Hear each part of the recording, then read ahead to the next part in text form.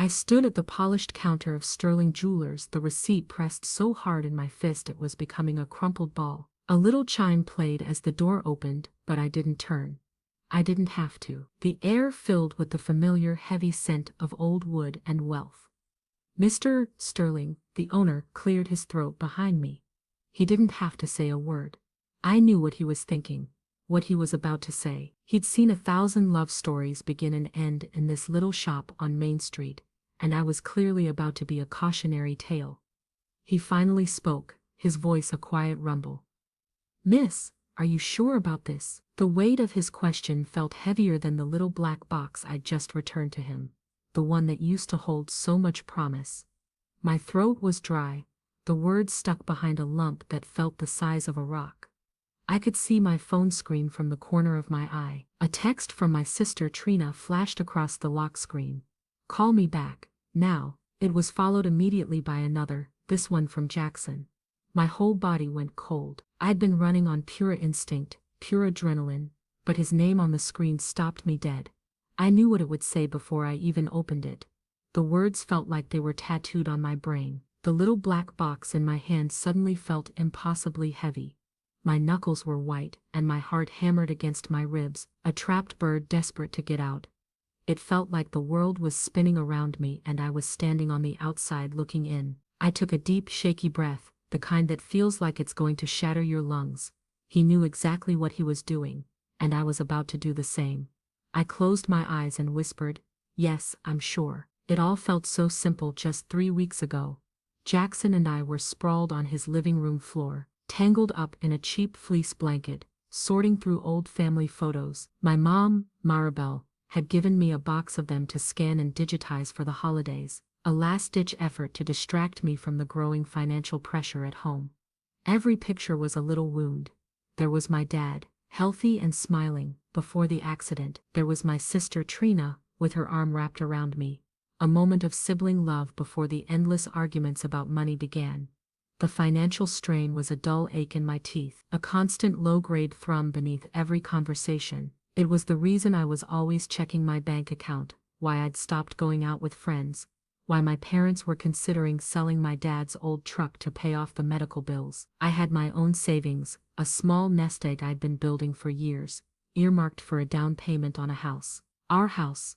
But every day it felt more and more like that money wasn't mine to save anymore. It was already spent, already gone, a ghost of a future that had vanished in a flash of ambulance sirens and a frantic phone call. I picked up a photo of my parents from their wedding day.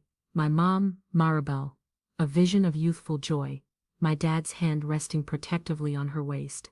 The image made my heart ache with a pain that felt both old and new. Jackson saw the look on my face and pulled me closer.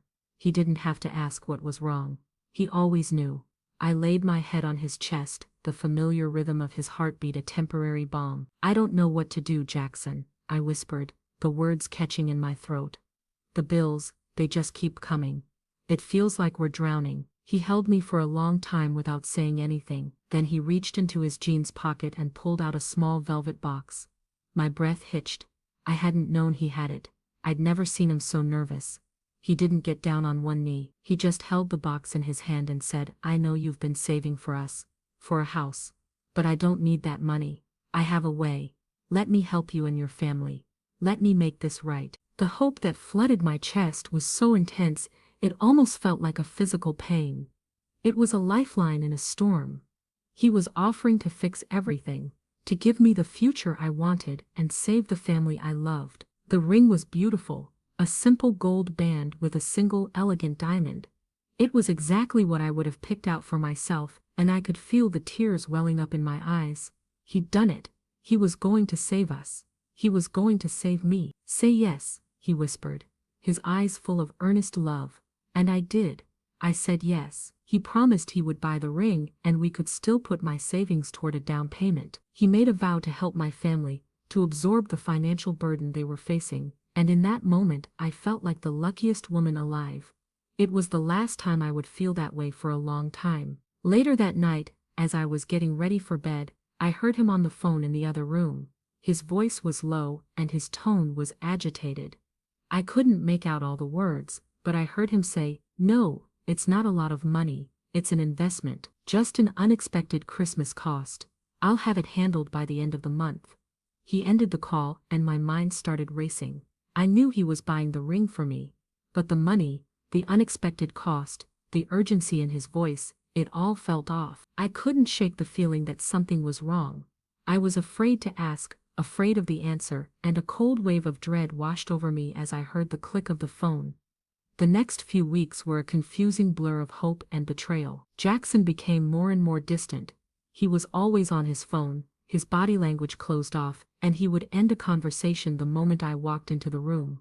He'd say it was work, but I knew better. His phone was a fortress, a digital wall he'd put up between us. Every time it buzzed, a flash of anxiety would shoot through me. I was trying to hold my own family together too. My mom, Maribel, and sister Trina were locked in a constant power struggle, arguing over every last penny. They were both terrified of losing the house, and the fear had turned them into strangers. I was the one in the middle, trying to mediate, trying to calm them down, all while Jackson was pulling away from me. I felt like I was losing everything at once. One night, I found Jackson's credit card statement lying on his coffee table. My heart was pounding. I knew I shouldn't look, but I couldn't stop myself. My eyes scanned the line items, searching for any sign of a jewelry purchase. I found none. Instead, I saw a long list of unusual transactions, a series of large payments to an unfamiliar address, followed by a handful of smaller purchases at a local hardware store, and a long list of charges to an out-of-state number. It wasn't the ring. My stomach dropped to my feet. He'd lied. He was spending money, but it wasn't on the ring. It wasn't on me. When he got home, I confronted him, the crumpled statement clutched in my hand. He looked at it, and a flicker of something unreadable crossed his face. Not guilt, but a kind of painful resignation. He lied, again. He told me it was all for Christmas surprises, that he was trying to hide gifts from me, and it was all going to make sense. But his eyes were a different color from his words, and I didn't believe him. I wanted to believe him. I wanted to so badly, but the voice in my head, the little whisper of doubt, was screaming. The next day I got a call from my mom. Her voice was trembling. She sounded like she was on the verge of tears. "Kala, I need to talk to you," she said. "Trina and we called Jackson about the bills. We were confused. We didn't know who else to ask, and he told us. He gave us advice on what to do. You never told me he was talking to you about this." My heart sank. He had been talking to them behind my back. My trust, which was already hanging by a thread, snapped in two. The fact that he was so comfortable talking about something so private with them without my permission felt like the final act of a long con.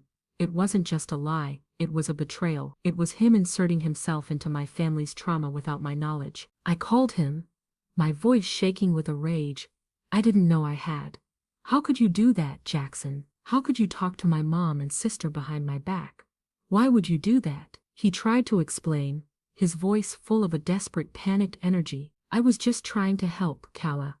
They were so stressed and I was just trying to do the right thing."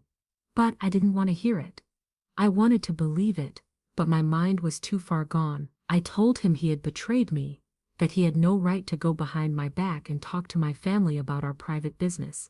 I told him that he had ruined everything, that he had turned my hope into ash. The fight escalated, our voices getting louder, our words getting sharper, until he said the words that would haunt me for days. "I wasn't expecting you for Christmas," he said, his voice laced with a coldness I'd never heard before. He hung up, and I stood in the middle of my living room, the phone pressed against my ear, the dial tone a buzzing reminder of how he was no longer there for me. The words played over and over in my head. He wasn't expecting me for Christmas. What did that even mean? Was he leaving? Was he seeing someone else? Was he going to spend Christmas with them? The truth was, I didn't know. But I knew one thing. I wasn't going to spend Christmas with a man who could say something so cold. The only thing I could do was protect what was left of my heart. The only thing I could do was cancel the engagement ring. The little black box was gone, the layaway receipt in my hand. I walked out of the store, the cold winter air hitting my face like a slap. I could feel the tears freezing on my cheeks. My phone buzzed again. It was a call from Jackson. I ignored it. I walked to my car and got in, the cold leather seat a jarring contrast to the heat of my rage. I drove to my parents' house. I had to confront him. I had to know. I found him in the driveway talking to my dad. My dad looked healthy, his face full of color, his smile wide. He looked happy. My mom, Maribel, and sister Trina were standing by the garage, their faces bright with relief. Something felt off.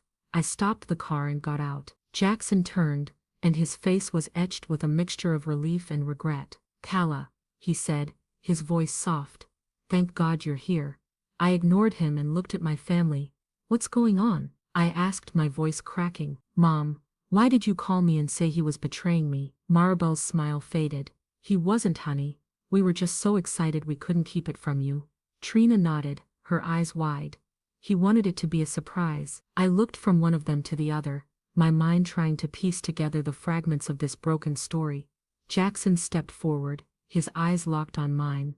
He held up a folded piece of paper, a doctor's bill. I looked at it. It was stamped paid in full. I looked at Jackson, my mind spinning. "I'm sorry, Kala," he said, his voice a low rumble. "I didn't want you to worry. I saw how much it was killing you, the bills, the stress. I couldn't let you use your savings. I couldn't let you choose between your family and our future. So I started working a double shift at my job. I used every penny of my own savings to pay it off. I was going to give it to you for Christmas. It was going to be my surprise." The words hit me like a physical blow. The mysterious credit card charges, they weren't for another woman. They were for my father's medical bills. The out-of-state phone calls, they were with the billing department. The hardware store purchases, those were to get the cash to pay the hospital in person. The whispers he'd had with my mom and sister, the ones I had misinterpreted as betrayal, were him trying to coordinate the surprise, to get all the right information so he could help them. And the words that had sent me running to cancel the engagement ring. "I wasn't expecting you for Christmas." I looked at him, and the memory of the conversation flashed through my mind. He hadn't meant that he was leaving me. He had assumed I would be with my family for the holiday, not him. The Christmas surprise wasn't a ring. It was a new future, free of debt. It was him sacrificing everything for my family, for me. The tears that streamed down my face weren't out of anger or frustration. They were for what I had done. I had seen betrayal where there was only sacrifice. I had seen lies where there was only love. I had looked for a reason to be a victim, and in doing so, I had nearly destroyed the one thing that was saving me. Jackson walked over to me and wrapped his arms around me. He didn't say anything. He didn't have to. The words weren't what mattered, it was the action. He hadn't bought me a ring. He had bought me a future. He had bought me a family. We stood there, in the cold air, a mess of apologies and promises, the ring forgotten, the future rebuilt. The little black box was gone. The money was gone, but something more valuable had taken its place. Trust. And maybe, just maybe, that was a better engagement ring than any diamond.